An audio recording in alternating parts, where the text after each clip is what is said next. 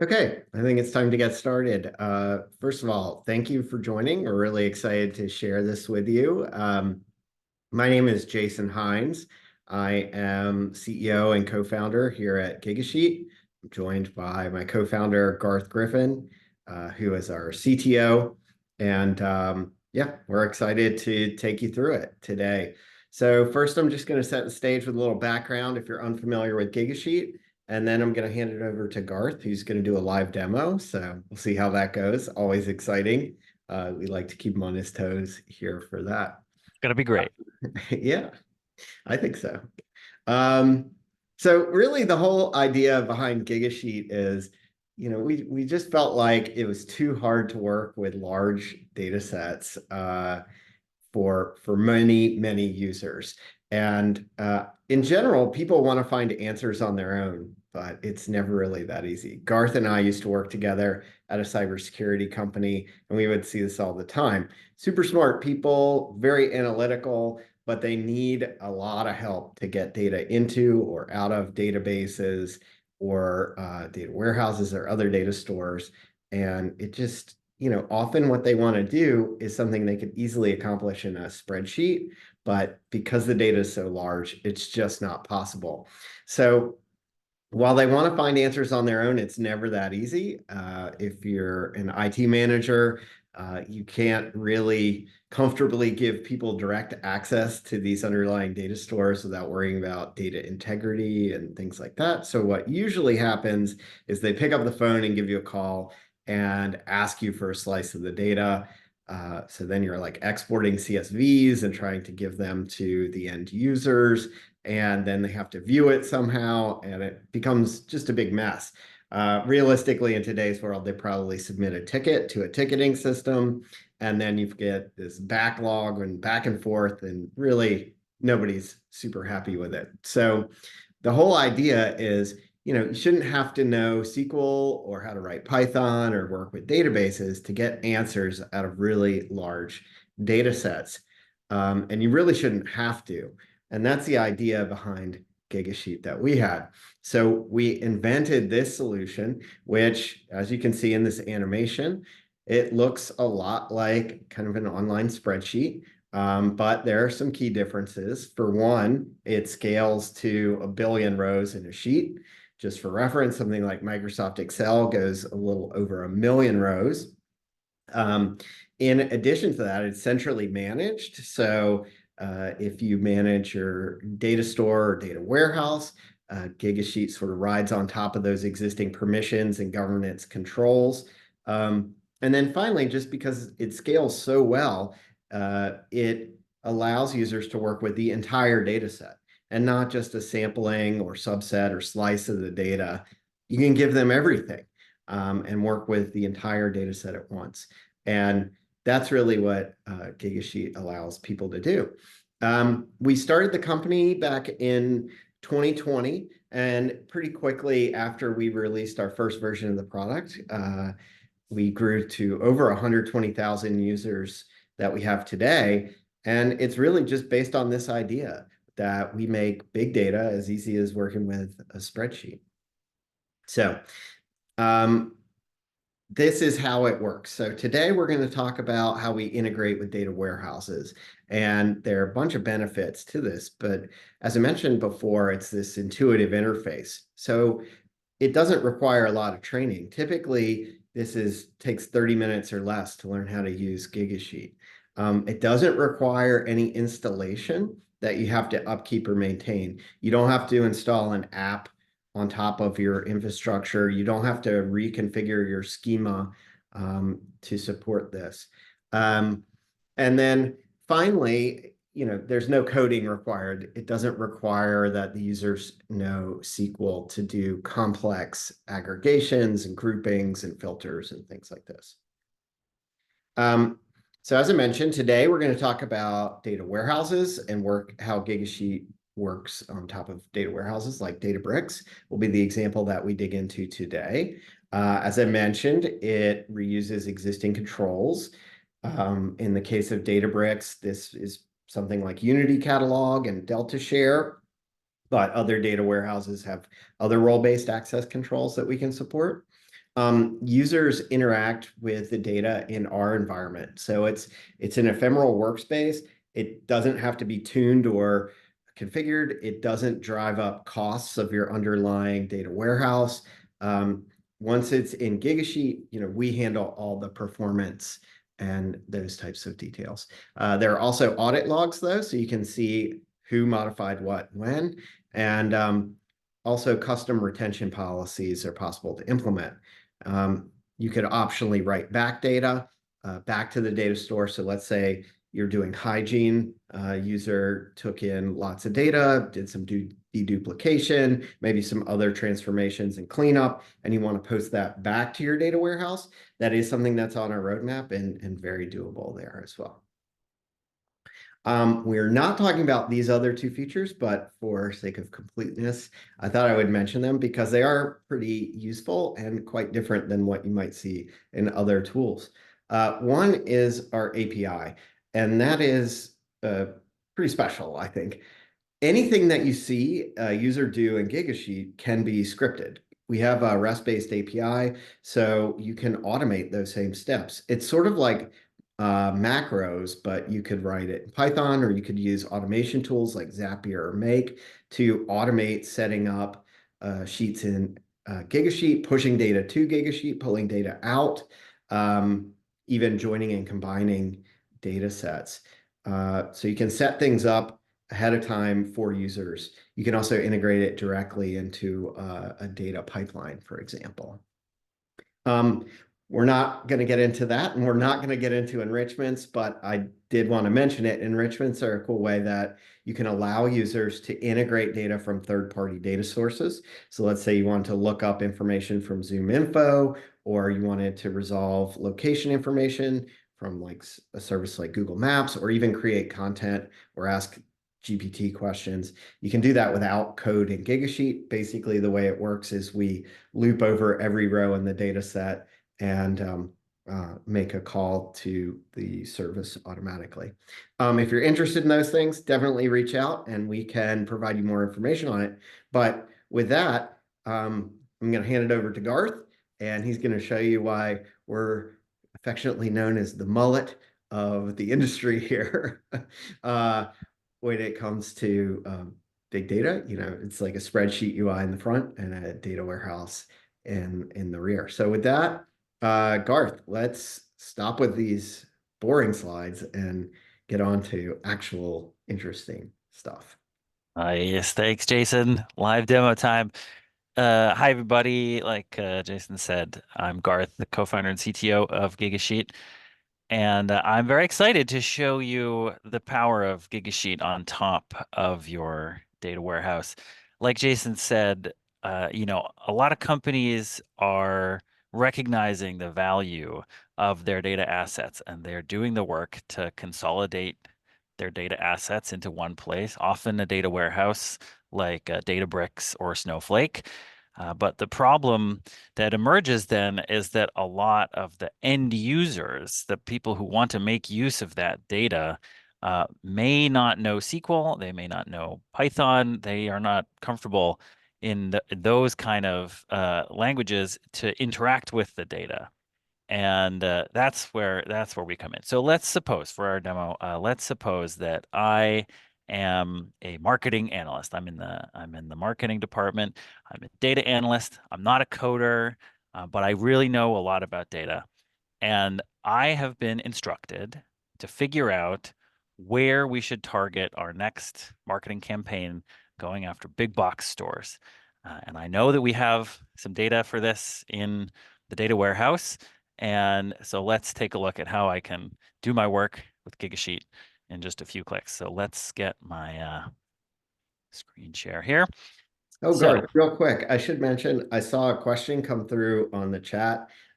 We will be doing a Q&A after, so feel free to submit your questions via the Q&A or the chat panel to us, but we will answer them at the end.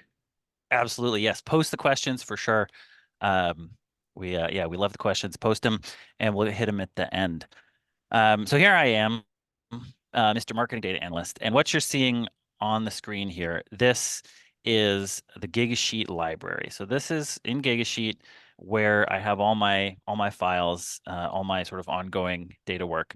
But perhaps I haven't yet gotten the data set I need for this question about the big box stores, our next marketing campaign. So I'm going to go head up here to the import, and you can see we've got a bunch of different data sources that I could pull data from. Some databases like Postgres or the CRM Salesforce. We're looking today at data warehouses. So the two most popular, we've got Snowflake, Databricks, and there's actually two different ways to connect to Databricks. You can go with access token or a Delta share. And I'm going to use the Delta share. So for this, all I need to do as the analyst is just upload a little credential file. And the credential file was given to me by the IT team who's in charge, of the Databricks instance for my company, whoever is sort of managing that. And in a minute, I'll show you what they have to do to set it up. It's very easy for them as well.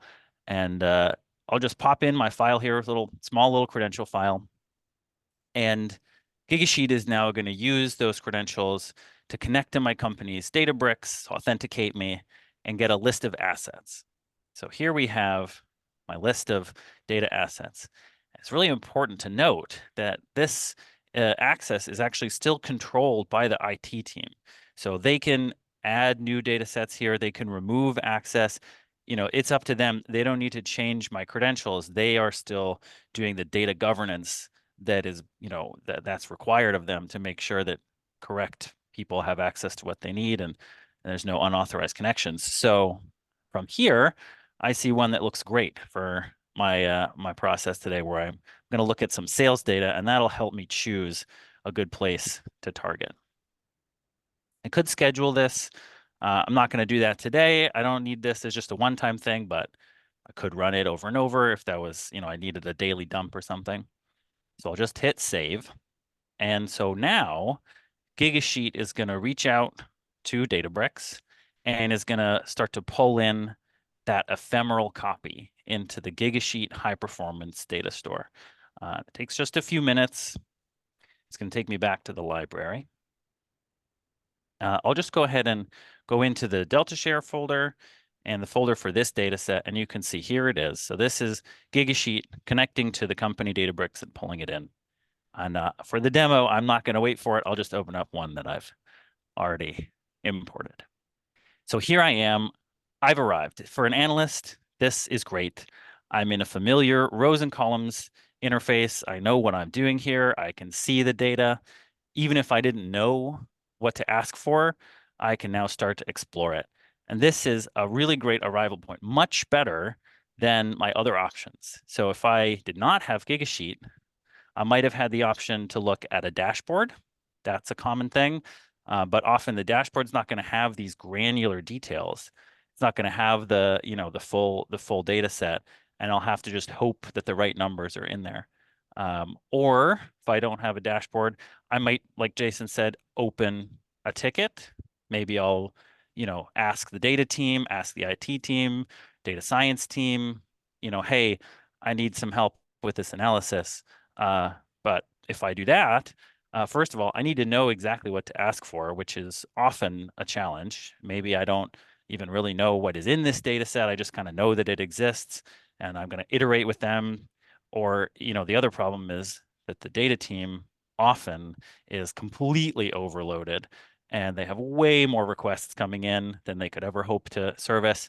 And I'm just going to sit in a queue for ages, and I might not even get an answer by the time I'm supposed to be executing this campaign.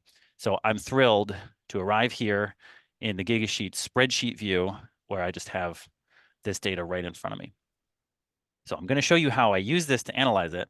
But before we do that, I just want to show you the Databricks side. So here we are in Gigasheet looking at this, ready to do our analysis.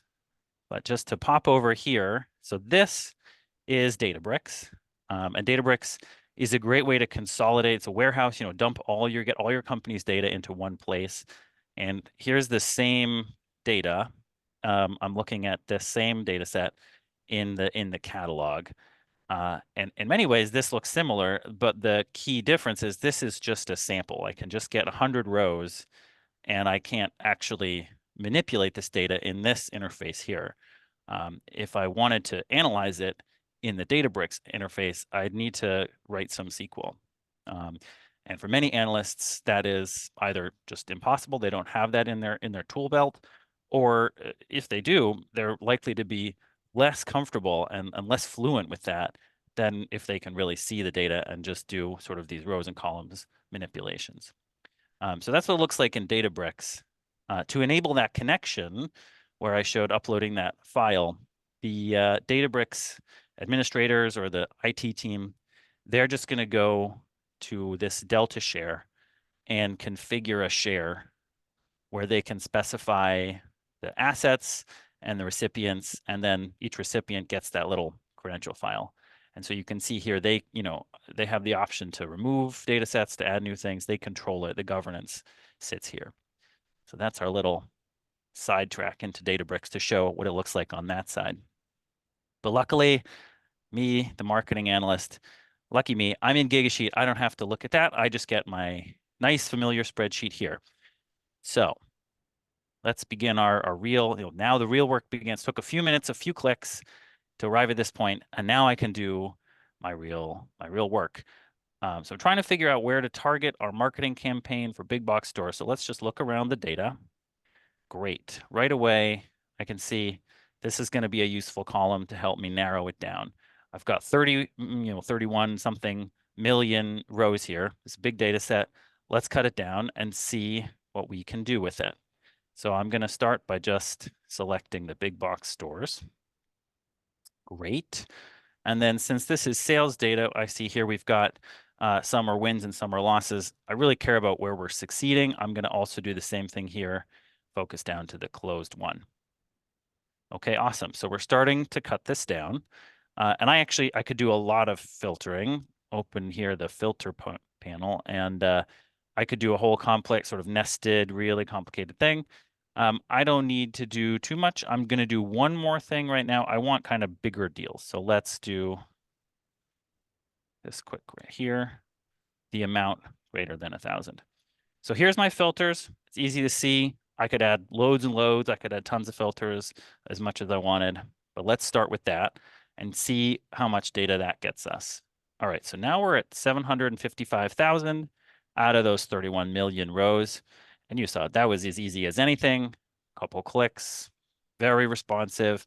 And I think this is going to be my data set, my sort of population to analyze. But this doesn't tell me where to target. This is just giving me a good data set to work with. So to really get to my answer, I need to look for geographic information to figure out a good geographic target.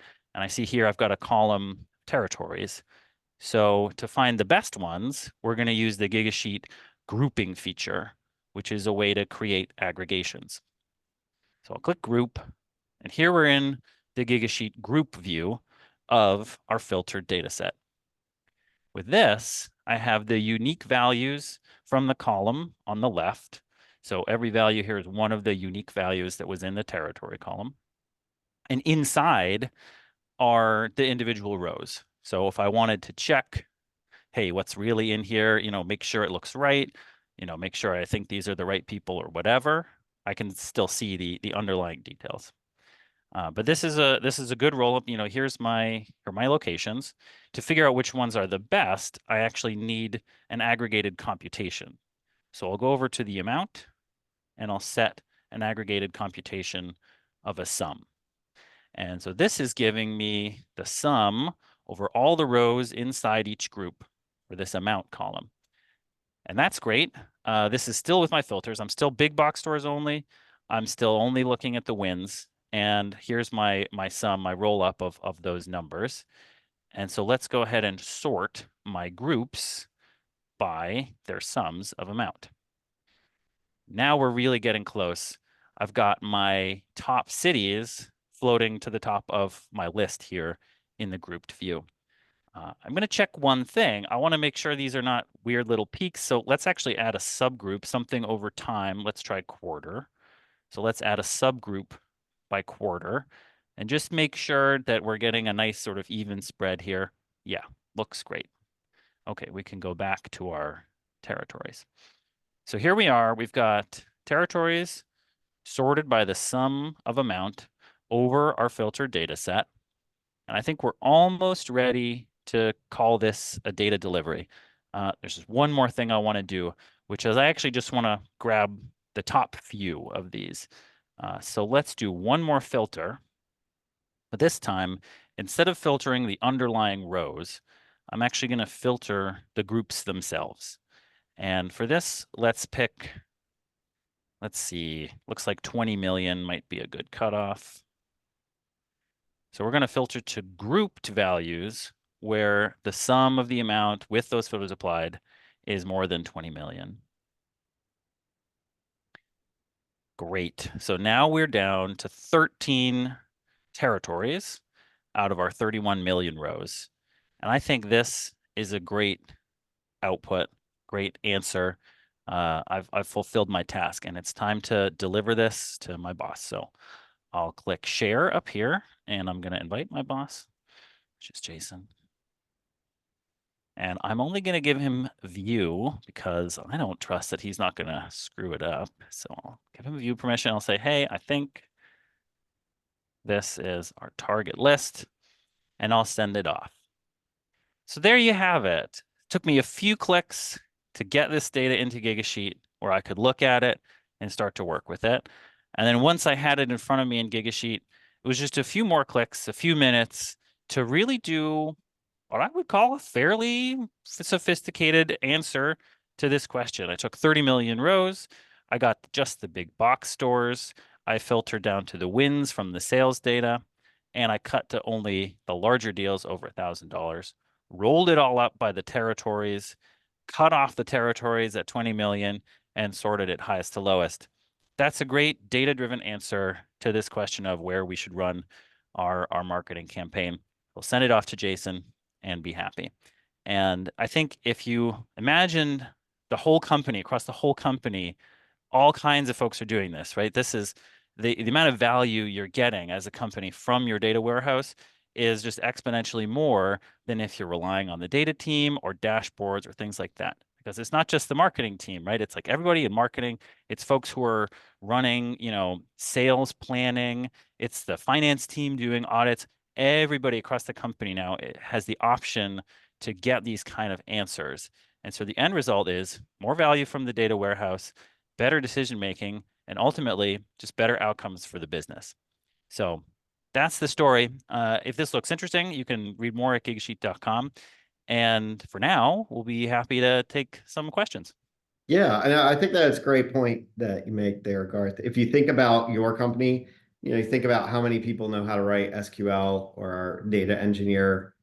And then you think, maybe you have some people or a team who are experts in the Power BI or BI tool like Tableau. But if you really want to democratize data, I think it has to be in an interface that everyone is comfortable with. And it's probably spreadsheets. It's a great combination of power, but intuitive capability that most everyone is familiar with. And so I think it's a great point that you make. Okay, we have a couple of questions. And please go ahead and submit anything that you like in the Q&A in the chat panel, and we'll try to get to it. So this one I'm going to let you take, Garth. And that is where is this data stored? Where does it live? It's a great question. So this data is an ephemeral copy of this data is stored in the Gigasheet high performance data environment. And there's some advantages to that. And the real reason is that we've got a really heavily optimized connection between our web-based interface here and that data representation. And so that's why, when I at the beginning I had my 30 million row file or whatever, and I was just doing a click to cut it down to big box and click to cut it down to the wins. That's possible because of how nicely these parts work together. We understand that the data administrators want to retain control over their data. And so to support that, we offer like a life cycle capability where there can be like an expiration policy or things like that, so that that copy, is short-lived and does not sort of take on a life of its own, like going off and doing its own thing. Um, and similarly, that's why the governance aspect with the Delta share is super important, where the administrators are choosing what I can even start with in the first place. It's not like this is sort of complete blank slate, unfettered access to all of the data in the warehouse. But to answer your question, it's on our side, that ephemeral copy, so that we can provide this kind of analysis experience. That, by the way, also has the advantage that we're not sending load to your data warehouse. So, we don't need these, like by the end of this, if you imagine the SQL that was driving this 13 groups here, I'm like filtering the things underneath, rolling them up, filtering the roll up, that can be quite a serious query. And so that's not having to hit the data warehouse. So save some money on that side for the operator of the warehouse. But that's the answer. It's on our high performance store. And I will mention we are SOC 2 compliant, SOC 2 Type 2 compliant, as well as uh, data is encrypted at rest. I'm happy to answer deeper questions on security. I know that often comes up. Here's another one I'm going to give to you, Garth. Great. I Uh, love it. and then I have one that I think I'll have to answer here. But what if we have data in more than one source? Like if we were on Databricks and Snowflake, for example, pretty common thing where people put more of their business analytics in Snowflake, and like machine learning data ends up in Spark or the Yeah. Delta Lake. Yeah, that's one of the best things about Gigasheet, in my opinion. We have all kinds of places you can pull from, and in the end, you're always going to get that same spreadsheet interface where we did that analysis in the demo. And that's actually really powerful, that you can get data from over here, data from over there, data from your laptop, data from wherever, and get them all in the same format in the same place. And once they're once you're interacting with that data in Gigasheet, we actually have a lot of great capabilities around combining files, stacking on top, or doing like a join. Where is it? Join across files, kind of like how you would do with a VLOOKUP formula in Excel, where you can pick a column on my data set and a column on the other data set and sort of look up the values from the other one and bring it all into one place. So there's a lot of flexibility within Gigasheet about how you stitch data together.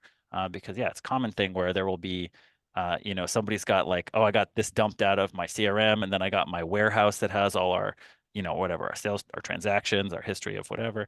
So yeah, very common thing, and we can support all sorts of different starting points and inputs, and work with it all in one place, including combining them here if that's what you need for your analysis. Cool. I'll take one or two more. So this one uh, is what is the pricing? How is it priced? Sure. It's sold as an annual subscription. And we price it based on the number of editors, basically creators, if you want to think of it that way, who have full control over creating these data sets, doing the kinds of stuff like Gar showed you, and then viewers. Viewers would be consumers. You typically get a whole lot of viewers, even with our entry tier. And that would be like in this example, he was going to share it with me and invite me view only access. So I can still sort, group, and filter, but I can't mutate and transform the data itself. So that's generally how we price. If you're interested, feel free to drop us an email. Happy to follow up with more details there. There was one other question that I think is for you, Garth. I'll let you answer. I mean, I could as well, but maybe I'll start and then you can augment my answer. Whatever. Keep me honest. Can I write SQL in Gigasheet? Is there a way to get to the SQL behind this? No, there isn't. We don't expose the SQL that is powering this sheet directly. However, we do have our API that I briefly touched on in the slides, where you can build quite complex queries directly on top of this here. Garth, you want to? Yeah, so I think so no is the answer. We can't do SQL. Um, you In our can't even UI, yeah, you in our can't. UI. You can't do SQL. Mhm. There's two things that we do see people doing. So one is if you wish that you could sort of do it by saying something to us, but you don't have any interest in doing anything that feels at all like programming, you can talk to our assistant, which is, the new popular AI thing. And it will sort of Like our execute your Copilot. actions for you. It's Yeah. like Copilot, sort of like Gigasheet Copilot. Mhm. So I could do things like having it change the filters up for me, things like that. Or closer to SQL, we do also have a formula builder. So you could type a formula in here and you say maybe, I don't know, maybe you want to do, um, sort of abbreviated territory, or you need to format it something, whatever. You could take like the left of the territory column, something like that. So if you want to do, and you can do math in here, like normal formula stuff. So this is closer to SQL. And for many analysts, I think we believe this is probably easier than SQL. A lot of analysts are happy to do, even pretty complicated stuff with Excel formulas. So we support that level, not SQL, but some other tools that let you get into the data in the same way as the SQL would. Yeah, it's a great point. It goes back to that point earlier. How many people know how to use Excel formulas in your company versus how many people know how to write SQL formulas to do the left function? Um, so awesome. I think that's it for the questions. Any others? Hang around for a minute. Okay. You can definitely email us anytime you'd like. Reach out at support@gigasheet.com with questions, and we'll get you directed to the right people on our side. With that, uh, thank you so much for joining, and have a great day. See ya. Bye.